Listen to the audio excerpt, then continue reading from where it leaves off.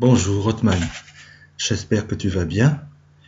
Tu vois, aujourd'hui je fais une petite expérience, je me filme, je me vidéotape avec l'ordinateur et je vais ensuite, une fois que j'aurai fini de parler, je vais te faire parvenir le, la vidéo, je ne sais pas comment il faut appeler ça.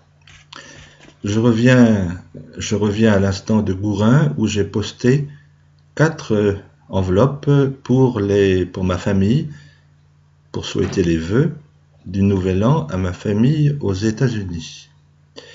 J'espère que tu vas bien, mon cher Othman, et que tu as repris ton travail avec, je dirais pas avec joie, mais au moins que tu as repris ton travail dans des conditions normales et que ça se passe plutôt bien pour toi. Et j'espère aussi que tu as retrouvé ton ami Denis dans les meilleures conditions possibles et que eh bien, il a apprécié la boîte de gâteaux que nous lui avons offerte. Ici, tu vois, le temps n'est pas beau. Aujourd'hui, tout comme hier, il fait sombre. Le vent souffle fort. Je vois les branches des arbres plier, enfin remuer beaucoup sous la force du vent. Bébé le chat n'est pas sorti aujourd'hui. Enfin, elle a mis son nez dehors et puis elle a flairé les alentours et puis elle est vite revenue se réfugier à l'intérieur de la maison parce que c'est sa maison aussi et elle est rassurée, je dirais, d'être à l'intérieur de la maison. Donc au moment où je te parle, eh bien elle fait semblant de dormir sur le canapé là où tu sais. Figure-toi, mon cher Othman, que je vais te raconter quelque chose qui m'est arrivé ce matin. Je ne m'y attendais vraiment pas du tout. Ce matin, j'ai eu un coup de téléphone. C'était avant de faire ma toilette, donc tu vois, c'était quand même relativement tôt. Avant de faire ma toilette, alors que j'étais assis dans le canapé en train de feuilleter le magazine de télé pour voir ce que je pourrais regarder à la télévision ce soir, le téléphone se met à sonner.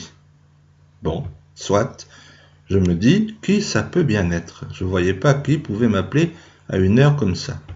Bon, je décroche, je parle. C'était un monsieur qui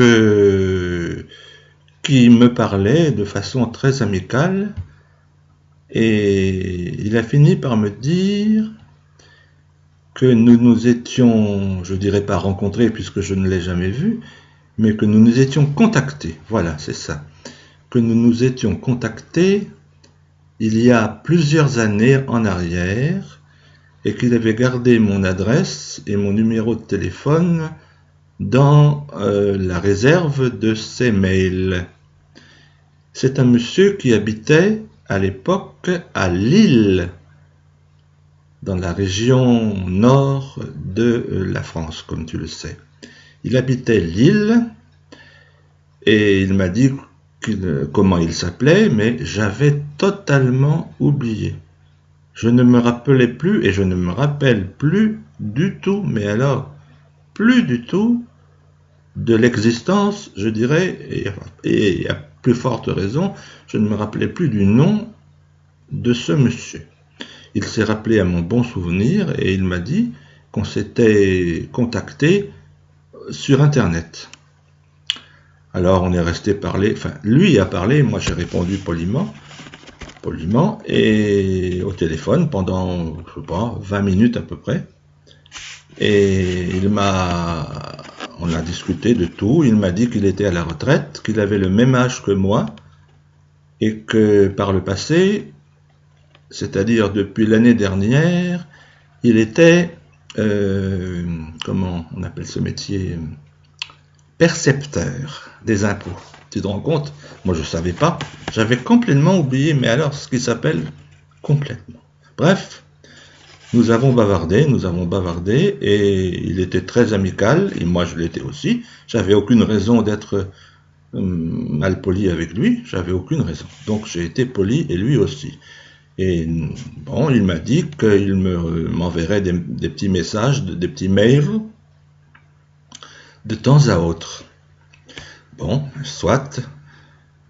Alors, il se trouve actuellement, donc il n'est plus à Lille, puisqu'il a pris sa retraite. Il m'a dit qu'il était dans la région, il habitait maintenant dans la région parisienne, dans une ville que tu connais peut-être, qui s'appelle Gonesse. Moi, je vois à peu près où c'est, Gonesse. Je crois que ça ne doit pas être très loin de Charles de Gaulle, l'aéroport Charles de Gaulle. Ça doit être dans la région nord de Paris, me semble-t-il, sauf erreur de ma part. Voilà, nous avons parlé, et puis voilà. Après 20 minutes, on a fini par raccrocher. C'est tout. Voilà ce qui m'est arrivé ce matin, Othman. Et cet après-midi, il ne m'est rien arrivé de spécial. Comme je viens de te dire tout à l'heure au début de cette conversation, j'ai écrit 4 cartes postales à ma famille aux États-Unis. 4 cartes, c'est dur à dire. 4 cartes postales à ma famille, mes cousins d'Amérique, dans la région de Boston. Et donc je suis allé à Gouin les poster, puisque en regardant l'heure au-dessus de la porte de la cuisine, je me suis rendu compte que j'avais largement le temps d'aller à Gouin poster ces cartes, de façon à ce qu'elles partent aujourd'hui. Ça fait un jour de plus. Et 2 même, parce que demain, je ne sais pas comment ça va se passer.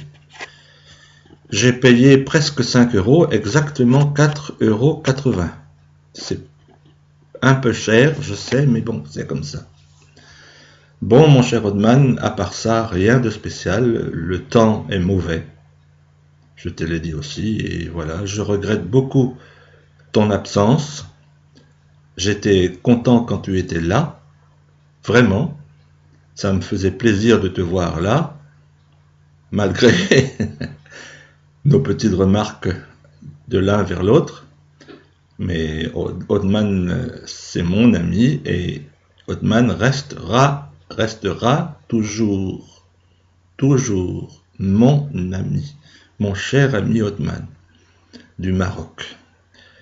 Ça, c'est un grand regret pour moi, Othman, le fait de ne pas être retourné au Maroc depuis l'été 2004. J'aurais tant voulu, je te le dis, j'insiste, j'aurais tant voulu revoir ta famille, mais pour des raisons qui m'échappent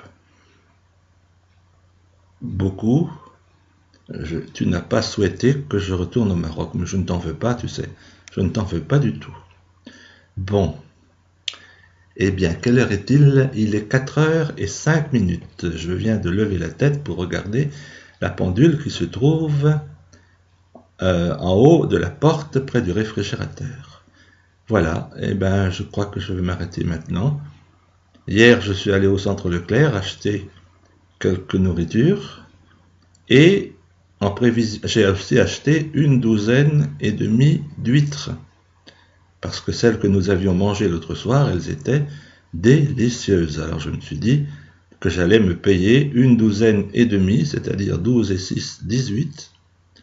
18 huîtres, c'est encore dur à dire. 18 huîtres que j'ai mangées hier soir, au dîner de hier soir. C'était un vrai régal.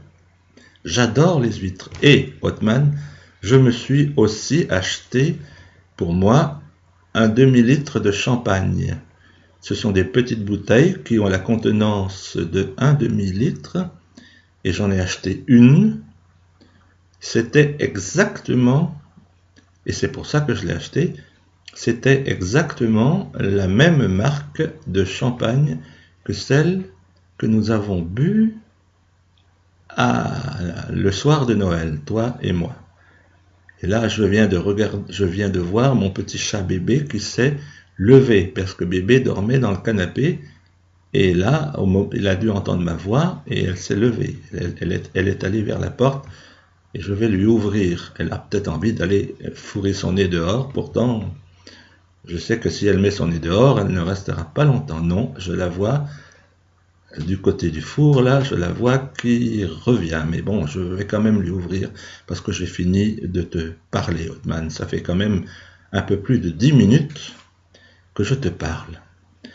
Je pense beaucoup à toi, Othman, je pense beaucoup à toi et je suis content que tu ailles tous les jours à ton travail et que, bien entendu, tu reviennes le soir à la maison et que tu aies de bons contacts avec le cher Denis. Je suis vraiment content, Othman, que tu connaisses Denis. C'est un ami à toi, c'est très bien. Et je suis très content pour toi, vraiment. Voilà, alors je te salue bien, mon cher Othman. Je te salue bien. Je te souhaite bonne chance. Et surtout, je te dis bonne et heureuse année pour 2016.